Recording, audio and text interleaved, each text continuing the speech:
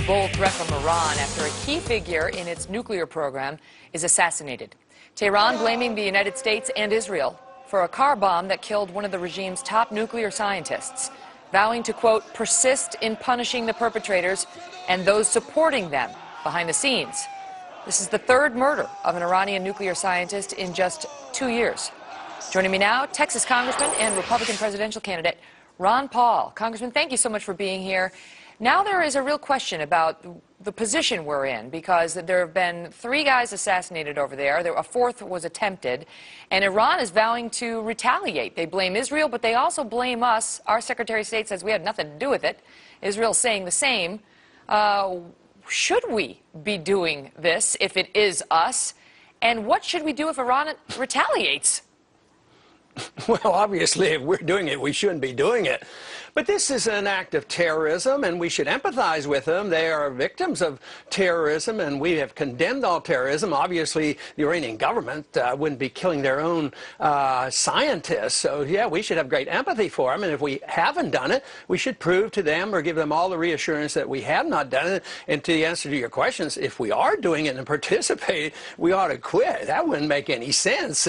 Participating in violent acts, which would be equivalent to terrorism, at the same time, that's all we talk about is going around the world on a global war on terrorism, so there'd be no consistency there. Well, now we may have a problem on our hands, because if our Secretary of State says it wasn't us, but Iran seems to believe it was us, and now they're vowing to retaliate, perhaps against Israel, perhaps against us.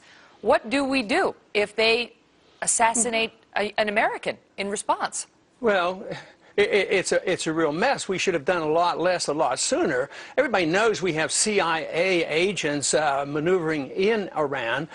We had a drone shot down, maybe 2 drones shot down over Iran. We're getting ready to put very punishing sanctions on them and disrupting the oil market.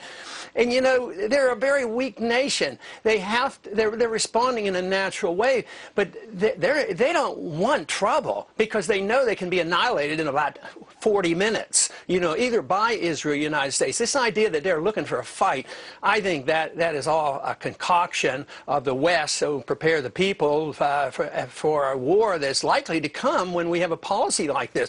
I think it makes the perfect argument for my non-interventionist foreign policy that we shouldn't be engaged in stirring up trouble. And all these things that we do to try to get rid of the regime in Iran right now actually plays into their hands, because once we interfere or put on sanctions, this brings the Iranian people together. They're having an election in a few months, and Ahmadinejad is not that strong politically. But when we interfere as an outsider, those dissidents who are struggling to get control of their country and their government and have a more sensible government, we have to drive them into the arms of the government. Just as we were brought together after 9/11, we were no dissenters. We all came together. There were no Republicans and Democrats. So we have to try to understand how our policies actually do the opposite of what we intend them to do. We have an impression in this country that they do want trouble, though, because of threats like the one they made to shut down the Strait of Hormuz, through which 1/6 of the world's oil supply flows. If they did that, if you were the president, Congressman, and they shut down the strait, what would you do? Well, I would tell them I'm not going to put sanctions on them. That's their response. They're not going to close down the Straits of Hormuz. That would be, self-destructive. But they have to say something to try to make us think differently about putting devastating sanctions that's going to really hurt their people, and it's going to hurt the economy. It's going to hurt their Eastern Europe are going to suffer. That's why there's hesitation right now about this. But to say that because they are retaliating with a so-called threat is the problem, I say that is the consequence of the problem, and we should think more broadly than that. And but I think we shouldn't stir that up to the point that anybody thinks they really want to close down the Straits of Hormuz, or they can. I think that's way out of proportion to what they're able to do. They're trying to get attention on how the world is trying to punish them right now, and we're not permitting the dissidents who would like to overthrow their current government to do it, because they're unifying all those people because there's too many foreigners trying to interfere with their internal affairs. Congressman, let's talk politics for a minute. We had Scott Rasmussen on at the top of the hour, and one of the polls that he just came out with today talks about the person the voters in South Carolina believe would be the weakest opponent to President Obama. You came in first in this poll. 33% thought that you would be the weakest. Huntsman second with 22% of the vote. What do you think about that? That it's an electability question, whether people believe you could beat President Obama.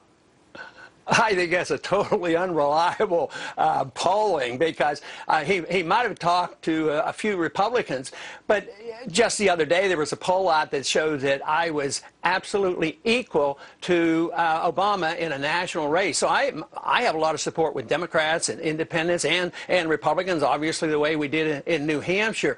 But to say that I'm the weakest candidate, I think is such a distortion of reality. But if you talk to all the people, all of a sudden, you know, a lot of people would like to make it sound like I wouldn't be able to be competitive with Obama. But the truth is that I'm the candidate that can actually challenge him on foreign policy. All the promises he made and never followed through, all the promises that he made on the protection of privacy and the change of laws at home. I mean, the base of Obama's base is very, very weak, and they're disenchanted with him. And there's no reason why I can't maintain the base in the Republican Party, because I'm the fiscal conservative. I'm the only one that has talked about cutting any spending. Everybody else talks about, you know, tinkering around the edges. Got to run, Congressman. Six seconds to a hard break, but thank you so much for being here. All the best. We'll be right back.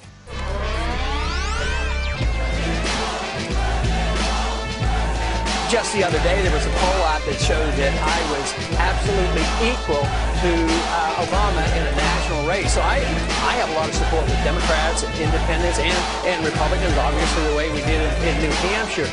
But to say that I'm the weakest candidate, I think that's such a distortion of reality.